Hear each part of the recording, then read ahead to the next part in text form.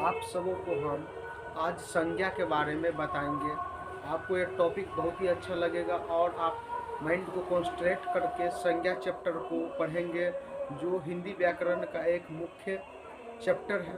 उसके बारे में चलिए हम डिटेल से जानते हैं। संज्ञा संज्ञा को इंग्लिश में नाउन बोलते हैं। संज्ञा को इंग्लिश में क्या बोलते हैं? नाउन। और पहले जानेंगे संज्ञा कहते किसे हैं। दुनिया में जितने भी सारे नाम हैं, जितने भी सारे व्यक्ति है, वस्तु है, स्थान है, भाव है, किसी भी चीज़ का कुछ न कुछ नाम होता है, उसी नाम को हम संज्ञा बोलते हैं। यानी हम कह सकते हैं साधारण शब्दों में कि नाम ही संज्ञा है, नाम ही संज्ञा है। तो देखिए इसमें लिखा है इसका डिफिनेशन, संज्ञा किसे कहते हैं का, किसी वस्तु, वस्तु मतलब कोई भी सामान, किसी स्थान, किसी व्यक्ति या भाव के नाम को संज्ञा कहते हैं, या भाव के नाम को संज्ञा कहते हैं। वस्तु को हम इंग्लिश में थिंग बोल सकते हैं, स्थान को प्लेस बोल सकते हैं, व्यक्ति को पर्सन बोल सकते हैं, भाव को फीलिंग बोल सकते हैं। इस सबों का जो नाम है उसको हम संज्ञा कहते हैं। जैसे हिमालय किसी भी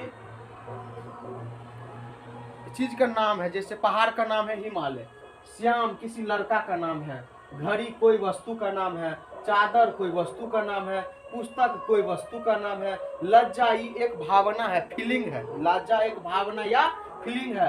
ठंडक भी एक भाव, ठंडक भी हमको महसूस होता है तो उसे हम महसूस करते हैं, तो क्या है? ये सब संज्ञा है। ये सब क्या है? संज्ञा है। संज्ञा के 5 भेद होते हैं। संज्ञा के कितने भेद होते हैं? 5। पहला का नाम है व्यक्तिवाचक संज्ञा। पहला का नाम क्या है? आप सभी बोलिए, पहला का नाम क्या है? व्यक्तिवाचक संज्ञा। व्यक्तिवाचक संज्ञा को इंग्लिश में प्रॉपर नाउन बोलते हैं। व्यक्तिवाचक संज्ञा को इंग्लिश में क्या बोलते हैं? Proper noun. जिससे किसी एक वस्तु, जिससे किसी एक व्यक्ति यानी किसी भी चीज के एक होने का बोध हो, ओनली वन, तो उसको हम व्यक्तिवाचक संज्ञा बोलते हैं। जिससे किसी एक व्यक्ति, पदार्थ, स्थान, किसी भी चीज के एक होने का बोध हो, उसको हम व्यक्तिवाचक संज्ञा बोलते हैं। जैसे हिमालय, गंगा, पटना, श्री राम, रावण, विष्णु, ब्रह्मपुत्र इत्यादि, जिसे किसी एक के होने का बोध हो। समझ गए ना? जिस प्रकार आपको पढ़ाया जाता है सिंगुलर नंबर, प्लूरल नंबर, एक वचन, बहुवचन, उसी प्रकार से इसमें बस एक का बोध होगा। एक वस्तु, एक व्यक्ति, एक पदार्थ, एक स्थान, कोई भी चीज के एक होने का बोध बताया जाता है, उसी को हम व्यक्तिवाचक संज्ञा बोलते हैं। इंग्लिश में उसको प्रॉपर नाउन बोलते हैं। अगला हम जानते हैं जातिवाचक संज्ञा के बारे में। किसके बारे में?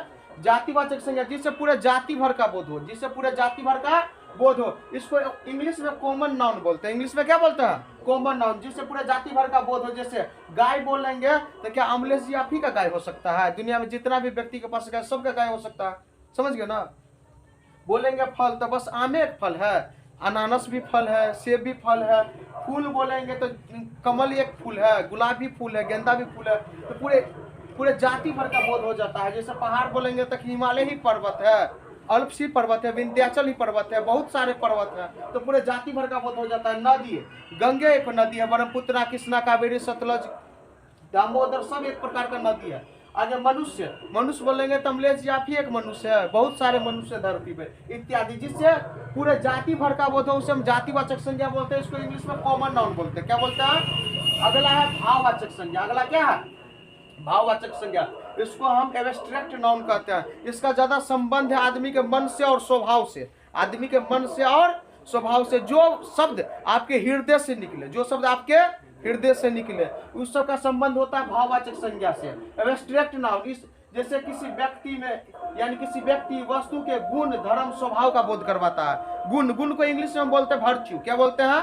वर्च्यू। धर्म, रिलीजियस, स्वभाव मतलब नेचर, इस सब का बोध होता है। जैसे बुढ़ापा बोल देंगे, किसी के उम्र का पता चल रहा है।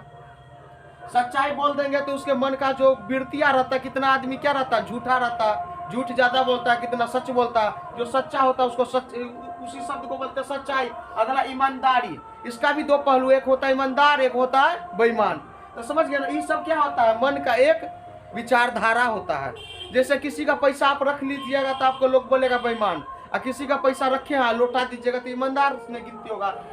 लंबाई, मिठास, महत्व, चौड़ाई इत्यादि, ये सब भाववाचक संज्ञा का उदाहरण। ये सब भाववाचक संज्ञा का उदाहरण। भाववाचक संज्ञा को एब्स्ट्रैक्ट नाउन कहते हैं। क्या बोलते हैं?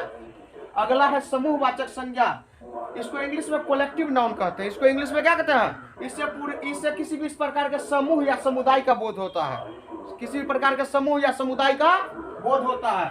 जैसे बोलते हैं वर्ग, तो वर्ग में क्लास में एक विद्यार्थी बैठता है, एक से अधिक व्यक्ति बैठता है। जहाँ पे एक से अधिक कोई भी वस्तु, व्यक्ति, स्थान, कोई भी व्यक्ति, वस्तु, चाहे कोई किसी भी प्रकार का चीज एक से अधिक हो, उसको हम समूह में ले लेते हैं। जैसे कितने प्रकार की महिला सबको देखिएगा समूह करती है, उसमें एक से अधिक महिला रहती है, पैसा जमा करती है, फिर अब लोन भी लेती है, तो समूह हो गया। जैसे एक से अधिक किसी भी जानवर, व्यक्ति, वस्तु रखा जाए तो उसको क्या चीज में ले लीजिएगा? समूह में। समुदाय, जैसे आप देखिएगा सबका समुदाय भी अलग अलग होता है। जैसे आप यादव समुदाय से है, यादव जाति से है, समझ गए ना, उसी को बोलते हैं समूह या समुदाय। उसको इंग्लिश में कलेक्टिव नाउन बोलते हैं। जैसे वर्ग में एक से अधिक विद्यार्थी रहता है, सेना में एक से अधिक फौज रहता है, सभा में एक से अधिक व्यक्ति होता है, गुच्छा में देखिएगा अंगूर का गुच्छा में क्यों अंगूर रहता है? एक से अधिक अंगूर रहता है। चाबी का गुच्छा में एक से अधिक चाबी रहता है, इत्यादि। अगर द्रव्यवाचक संज्ञा को हम इंग्लिश में मटेरियल नाउन बोलते हैं। क्या बोलते हैं?